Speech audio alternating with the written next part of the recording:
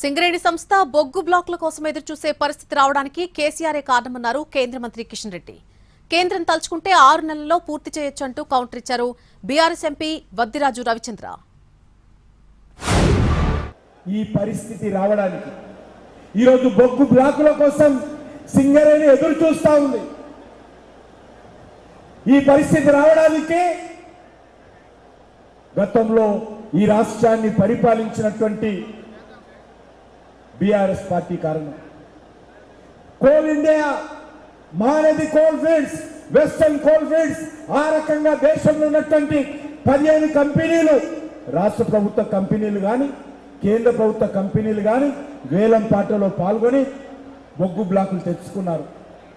మన ఖమ్మం జిల్లా మంత్రి భట్టి గారి చేతులు ఉంటేనే ఈ పనులు అవుతలేవు.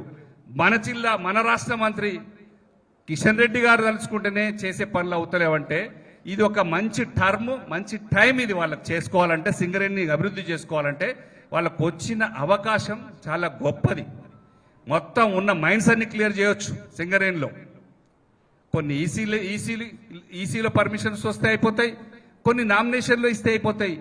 ఎంత పెద్ద పని అండి ఇదంతా తలుచుకుంటే కూడా మ్యాటర్ ఒక 6 monthsలో చేయించుకోవచ్చు.